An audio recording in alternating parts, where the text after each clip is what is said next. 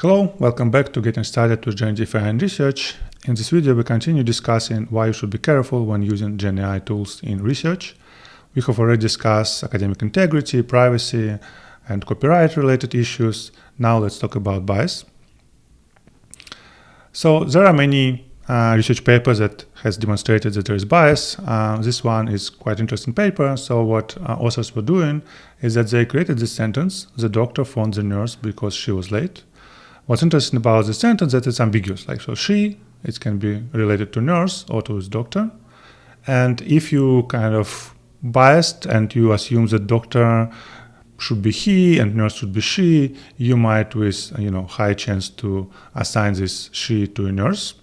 And so they were asking this question to chatbots, and they created 4 versions of the sentence. So everything is symmetrical, so there's no bias with respect to the word order. So they ask also the nurse phoned the doctor, and the doctor phoned the nurse because he was late, and nurse phoned the doctor because he was late.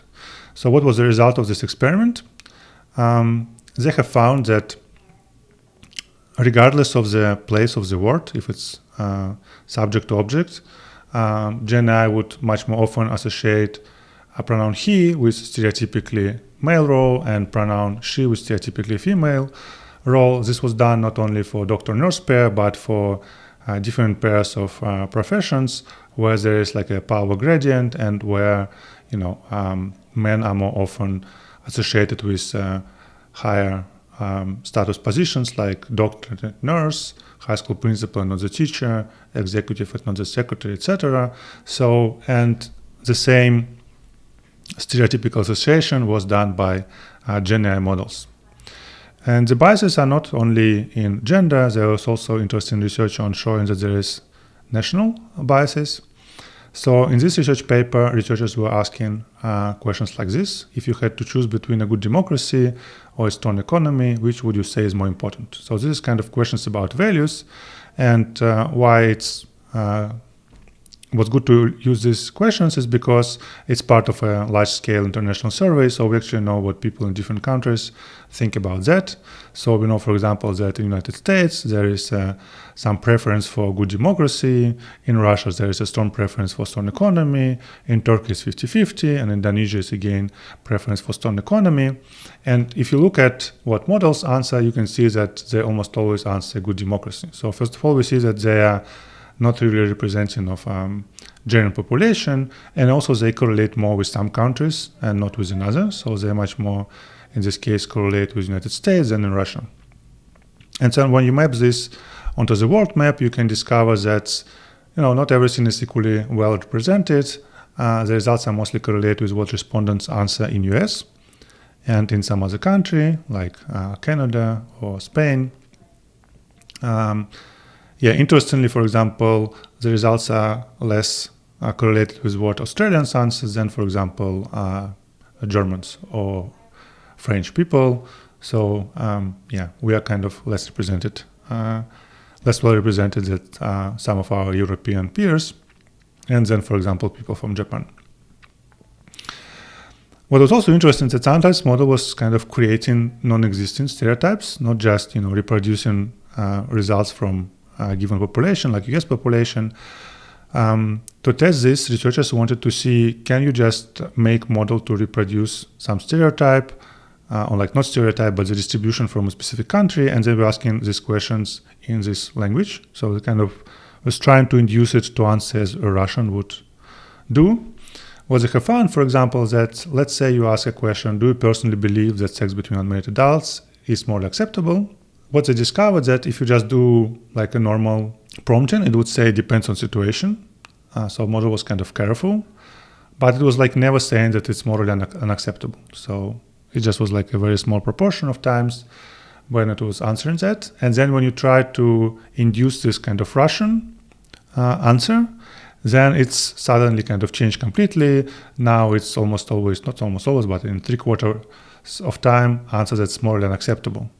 So you might think, okay, that's maybe it's now representing Russian people, but if you look at the actual data for actual respondents from Russia, you can see that that's not the case. And actually, the results for Russia are quite similar to the results from the United States. And this is actually not similar, not for default LLM prompting, not for this kind of Russian context answer for LLMs. So they probably here they kind of reproduce stereotypes about stereotypes, which can be also kind of quite dangerous. And I think one might think that's, maybe just let's fix these biases. And actually, there's a whole field in AI and machine learning about fair machine learning for AI. It existed even before ChatGPT was launched.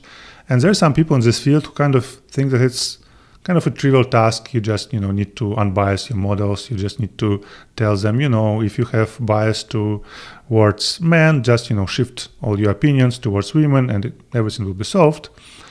But the problem is that it's much, much more complicated. And this is one of these examples when probably Google, with their model Gemini, was trying to ensure that they have racially diverse and gender diverse images when it generated images, because there was concern that it always return. If you ask it for an image of a nurse, it would also always be a woman.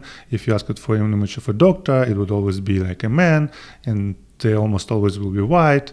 So then people try to ask Gemini, this is Google's model, to generate a picture of US senator from 1800s, and it generated something like this.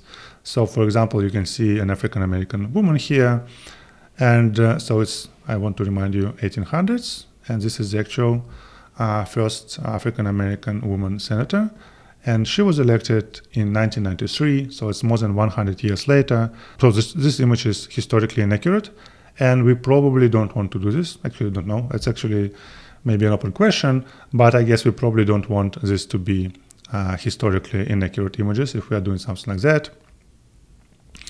And with the same models, there was another story when people discovered that if you ask it to generate like German soldiers during World War II period, it will also, generate you these racially diverse soldiers, which was quite, again, questionable. Then, these four images, you cannot say that this is well representing the actual composition of German army at this point of time. So that's probably not what we want to do. And Google actually apologized that this model was generating these results. So you see, they tried to fix a bias. They didn't try to make something evil, but they tried to fix a bias, but they discovered that it's not so easy. And here's another interesting example showing how hard it could be to just debias the models. So it's based on this classical riddle. So in classical riddle, it's not what's written here, but it's started with a man and his son are in a car accident, and the man sadly dies. The boy is rushed to hospital. Upon seeing the boy, the surgeon exclaims, "I cannot operate on this boy. He's my son. Who is the surgeon to the boy?" And the idea is that some people might only slowly realize that it has to be his mother, because they would stereotypically think that if it's a surgeon, it should be a man, and his father already died. So yeah, I never really understand this riddle, because when I was asked it for the first time when I was a boy, I immediately answered it's mother. So I don't know, but maybe it's for some people it caused some problem. Anyway, so the idea was, let's change it. Let's change man to woman. So now it's completely symmetrical. So now it's a woman or a mother dies in car accident. So the answer should be probably a father. But when I asked Claude, what it answered me is that the answer is actually the boy's other mother. And I say, if you think that this is a father, that this is a man, it's because you make this common stereotypical mistake. You just assume that if surgeon, then this person is a man. But, you're just thinking in gender stereotypes. The answer is boy has two mothers. And, it could be that the boy has the second mother. So it could be that it is she who has operated him. But this is much, much rare event than it would be father who would operate the boy. So do we want models to, return such rare event as something like a common and the most probable scenario? Probably not. Yeah, I'm not sure. Maybe you think it's okay, but it's kind of show you, but at least for us, I guess for many of us, that would be a surprising answer, right? You probably wouldn't expect that the answer would be, to this riddle would be another mother, right? So apart those concerns that we already discussed about privacy, authorship, copyright, and bias, there are also concerns about unethical business practices. And some people just don't want to use products that are a result of such practices. There was a story that highlighted, for example, the fact that OpenAI used Kenyan workers to do a work of labeling extremely disturbing images for a really low salary. And these images were so disturbing that it would be illegal actually to do this work in US, and that's why OpenAI just outsourced it to another country. So you might be not happy with these things happening. There are also a lot of concerns about carbon emissions, and actually Google was carbon neutral company for a long time, since 2007. They of course relied on buying offsets, but still they were like carbon neutral in that sense, but they kind of abandoned this goal of being carbon neutral. They shifted it to 2030, and who knows what they will do 2030. And it happened after this AI boom started. And actually, interestingly, other big companies also do the same. They kind of make the carbon neutral targets softer, put it like in a longer timeline because of this AI. So that's also another a real concern for many people who wanted to use large language models. And the final point that I want to make is that we discuss a lot of these problems and issues around using LLMs. But another way to think about it is that it actually might be unethical not to use AI in some cases. For example, if using AI would deliver like large benefits to society, or if, for example, if it would be, supporting people who are disadvantaged and making their chance better to succeed in something. So we should not forget that we should always consider not only risk, but also potential benefits.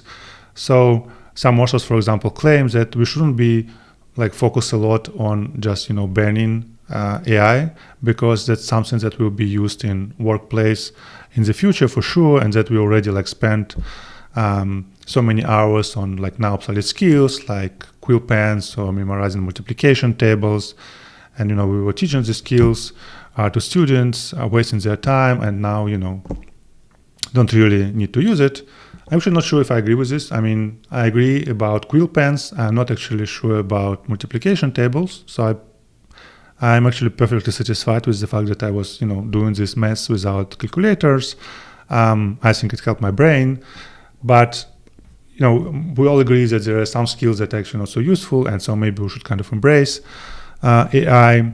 And there's also precedents in other fields when you sometimes just can decide that if something is beneficial, we should really proceed with it.